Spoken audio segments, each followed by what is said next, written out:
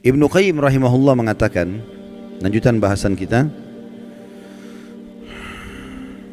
banyak kalangan salaf yang berkata,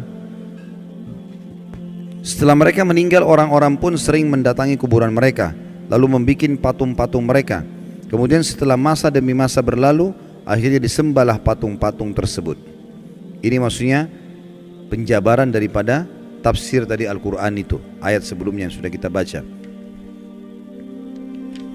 Tadi kita sedang membahas tafsir surah Nuh ayat 23 ya.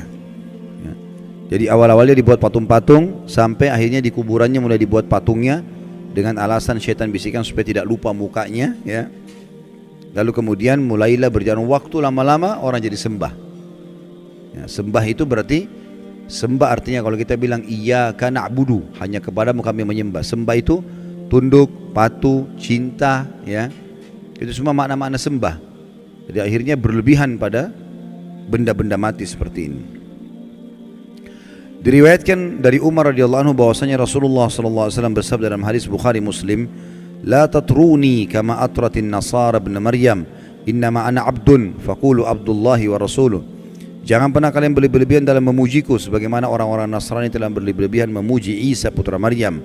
Aku hanyalah seorang hamba, maka katakanlah hamba Allah dan Rasulnya ya.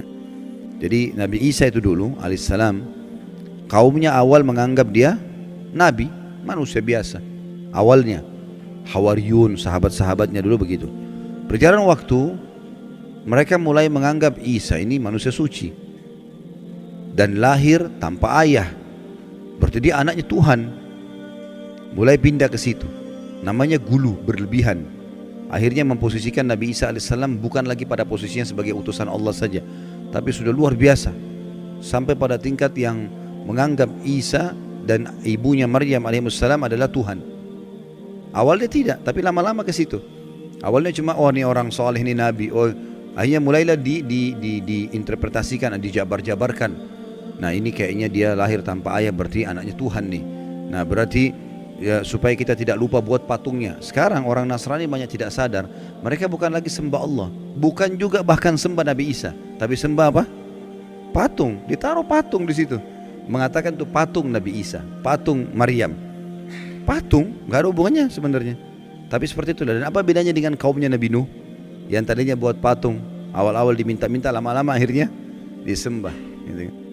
Sementara Nabi Isa alaihissalam berlepas tangan dengan itu ya. Saya nggak tahu sudah pernah saya bacain belum dalam surah Al-Maidah ayatnya. Belum. Kita buka sekarang Al-Maidah. Kita lihat bagaimana Nabi Isa alaihissalam nanti pada hari kiamat itu kalau tidak salah di ayat 116 ya. Bagaimana Nabi Isa alaihissalam nanti dihakimi oleh Allah. Maksudnya Allah subhanahu wa ta'ala akan mengajak bicara Isa di depan makhluk semuanya, terutama pengikutnya yang menganggapnya sebagai Tuhan. Sudah buka 116? Baik. Saya bacakan, a'udzubillahi minasyaitonirrajim. Wa idz qala Allah ya Isa ibn Maryam anta qulta lin-nasi ittakhiduni wa ummi ilahaini min dunillah qala subhanaka ma yakunu li an aqula ma laysa li bihaqq in kuntu qultuhu faqad alimta ta'lamu ma fi nafsi wa la a'lamu ma fi nafsik innaka anta 'allamul ghuyub. Dan ingatlah ketika Allah berfirman, hai Isa putra Maryam, maksudnya nanti hari kiamat nih, di depan orang-orang semua, apakah engkau mengatakan kepada manusia, jadikanlah aku dan ibuku dua Tuhan selain Allah? Maksudnya ada Tuhan lain ya, Trinitas yang mereka bilang itu. Isa menjawab alaihissalam, maha suci engkau, tidaklah patut bagiku mengatakan apa yang bukan hakku mengatakannya. Jika aku pernah mengatakan, maka tentulah engkau mengetahui apa yang ada pada diriku, dan aku tidak mengetahui apa yang ada pada diri engkau. Sesungguhnya engkau maha mengetahui perkara-perkara yang gaib. Lalu Nabi Isa mengatakan 117-nya, ma qultu lahum illa ma amartani bihi an ibudullaha rabbi wa rabbakum wa kuntu alaihim syahidan ma dumtu fihim falamma tawaffaitani kunta antar raqiba alaihim wa anta ala kulli syai'in syahid. Aku tidak pernah mengatakan kepada mereka kecuali apa yang engkau katakan kepadaku, yaitu sembahlah Allah Tuhanku dan Tuhan kalian. Ini ajaran Nabi Isa AS kepada orang-orang Nasrani. Enggak pernah dia bilang jadikan saya sebagai anak Tuhan, jadikan ibu saya sebagai Tuhan. Dan aku menjadi saksi terhadap mereka selama aku berada di antara mereka. Maka setelah engkau wafatkan aku, engkau lah yang mengawasi mereka, dan engkau adalah maha menyaksikan atas segala sesuatu. Jadi nanti pada hari kiamat pernyataan Allah subhanahu wa ta'ala yang akan disampaikan kepada Isa alaihi salatu wassalam. Dan Nabi SAW mengatakan, jangan pernah kalian berlebih-lebihan dalam memujiku, sebagaimana orang-orang Nasrani telah berlebih-lebihan memuji Isa putra Maryam. Aku hanyalah seorang hamba, maka katakanlah hamba Allah dan Rasulnya, ya, Abdullahi wa Rasuluh. Juga sabda Nabi SAW di dalam hadis riwayat Imam Ahmad, Tirmidzi, Ibnu Majah dari Ibnu Abbas radhiyallahu anhuman, bahwasanya Rasulullah SAW bersabda, iyyakum wal ghulu fa inna ma ahlaka man kana qablakumul ghulu. Jauhilah oleh kalian sikap berlebihan, karena sungguhnya sikap berlebihan itu yang telah menghancurkan umat-umat sebelum kalian. Jadi ini akan membinasakan, karena kalau ada orang, ada dosa-dosa ada dua macam Bapak Ibu sekalian ya. Ada dosa syahwat, dosa yang diikuti dengan hawa nafsu, kayak zina, riba, ya, mencuri. Ini orang yang melakukannya tahu kalau dia salah. Semua orang tahu salah, mukul orang, gunjing, ambil barang orang lain, dia tahu dirinya salah. Jadi lebih mudah taubat. Tapi yang masalah dosa kedua, namanya dosa syubhat. Syubhat semua dalam hidupnya. Dia pikir dirinya ibadah padahal lagi salah. Ini bahaya sekali. Orang nggak tahu masuk dalam syirik, masuk dalam bid'ah. Dia pikir dirinya ibadah padahal sebenarnya salah. Diingatkan Rasulullah tidak pernah contohkan, nggak apa-apa. Loh kok nggak apa-apa ini? Gimana caranya nggak apa-apa?